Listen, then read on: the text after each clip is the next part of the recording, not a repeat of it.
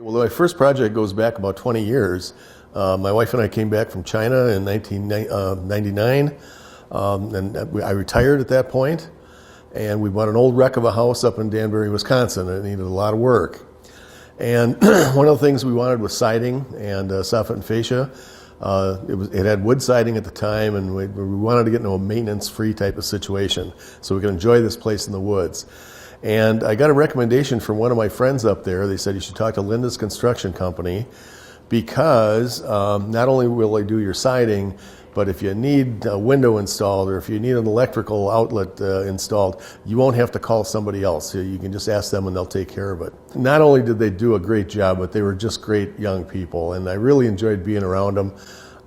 They were very energetic, very gung-ho, and they had an older supervisor who put in the right balance. You got these young, eager beaver kids, but he was there to make sure the quality was perfect and no corners were missed and so on and so forth, and it just really went great.